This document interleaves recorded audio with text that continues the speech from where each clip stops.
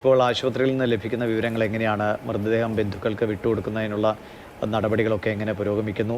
അവിടെ പോലീസൊക്കെ എത്തി പ്രത്യേകിച്ചും ഇങ്ങോട്ട് നമ്മുടെ അതിഥികളായി എത്തിയ ആളുകൾക്കാണ് ഇങ്ങനെ ഒരു ദാരുണമായ ദുരന്തം സംഭവിച്ചിരിക്കുന്ന ആ കുടുംബം എത്ര പേരടങ്ങുന്ന കുടുംബമാണ് ഇവിടെ എത്തിയത്?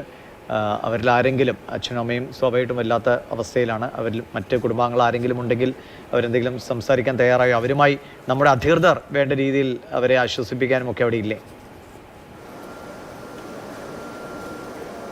ദിവിഷേ, ഇവർ രണ്ട് കുടുംബങ്ങളാണ്, ഇവരുടെ സുഹൃത്തുക്കളായിട്ടുള്ള രണ്ട് കുടുംബങ്ങളാണ് കേരളത്തിലോട്ട് വിനോദ സഞ്ചാരത്തിനായി എത്തിയതായിരുന്നു. ഡൽഹിയിൽ നിന്ന് വിമാനമാർഗം കൊച്ചിയിലെത്തിയ ഉടനെ തന്നെയാണ് ഇത്തരത്തിൽ ദാരുണമായിട്ടുള്ളൊരു സംഭവം നടന്നത്. 8 ദിവസത്തെ യാത്രയ്ക്കായി ഈ സംഘം എത്തിയതായിരുന്നു. ഇപ്പോൾ നിലവിൽ ഈ ആശുപത്രിയിൽ സിയാലിൻ്റെ അധികൃതരുണ്ട്, അതുപോലെ തന്നെ നേരത്തെ ആ കുടുംബങ്ങളുമുണ്ട്.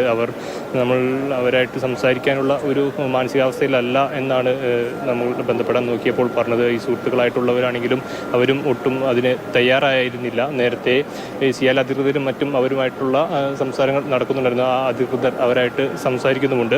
ഏതായാലും ഇപ്പോൾ ഈ കുട്ടിയുടെ മൃതദേഹം അങ്കമാലി ലിറ്റിൽ ഫ്ലവർ ആശുപത്രിയിലെ മോർച്ചറിയിൽ സൂക്ഷിച്ചിരിക്കുകയാണ്. ഇനി സമയത്തിനകം എത്രയും വേഗം തന്നെ ഈ ഇൻക്വസ്റ്റ് നടപടികൾ പൂർത്തിയാക്കേണ്ടതുണ്ട്. ഇൻക്വസ്റ്റ് നടപടി പൂർത്തിയാക്കി പോസ്റ്റ്മോർട്ടം നടത്തിയ ശേഷം മാത്രമാകും ഈ ബന്ധുക്കൾക്ക് ഈ മൃതദേഹം വിട്ടുകൊടുക്കുക. അതിനുവേണ്ട നടപടികൾ എത്രയും വേഗം തന്നെ പൂർത്തിയാക്കുമെന്നാണ് നമുക്ക് പോലീസ് പറഞ്ഞത്. ഏതായാലും മൃതദേഹം ഇപ്പോഴും അങ്കമാലിയിലെ ലിറ്റിൽ ഫ്ലവർ ആശുപത്രിയുടെ മോർച്ചറിയിൽ സൂക്ഷിച്ചിരിക്കുകയാണ്. ഇതിനുശേഷം ഈ പോസ്റ്റ്മോർട്ടം നടപടികൾ പൂർത്തിയാക്കി എത്രയും വേഗം തന്നെ മൃതദേഹം ബന്ധുക്കൾക്ക് വിട്ടു നൽകും. രാജസ്ഥാനിൽ നിന്ന് ഉള്ള കുടുംബമാണെങ്കിൽ ഇവർ ഡൽഹിയിൽ നിന്നാണ് വന്നത്. അപ്പോൾ ഈ മൃതദേഹം എവിടേക്ക് കൊണ്ടുപോകുമെന്നത് സംബന്ധിച്ചെല്ലാം വിവരങ്ങൾ അറിയേണ്ടതുണ്ട്. അപ്പോൾ ആ കാര്യങ്ങളെല്ലാം ചോദിച്ച് മനസ്സിലാക്കി അവർ ഈ അധികൃതരും ആശുപത്രി അധികൃതരും എല്ലാം അവരോട് സംസാരിക്കുന്നുണ്ട്. അപ്പോൾ ഹോസ്പിറ്റൽ അധികൃതരോട് നമ്മൾ സംസാരിക്കുമ്പോൾ അവർ പറയുന്നത് അവർക്ക് അത്തരത്തിൽ ഒരു തീരുമാനം എടുക്കാനില്ലെങ്കിൽ സംസാരിച്ച് അവരിൽ നിന്ന് വിവരങ്ങൾ ശേഖരിക്കാനുള്ള ഒരു ബുദ്ധിമുട്ടുണ്ട് ഈ നിലവിലെ സാഹചര്യത്തിൽ. അതുകൊണ്ട് അതിലൊരു വ്യക്തത വന്നിട്ടില്ല. ഏതായാലും ഇപ്പോൾ പോസ്റ്റ്മോർട്ടം നടപടികൾ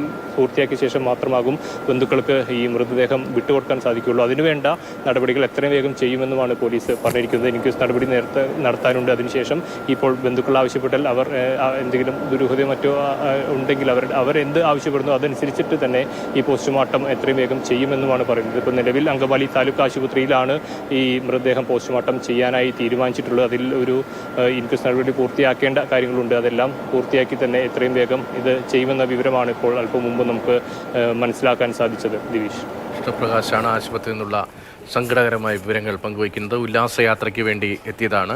2 കുടുംബങ്ങളായിരുന്നു. അതിലെ ഒരു കുഞ്ഞിനാണ് ജീവൻ നഷ്ടമായത്.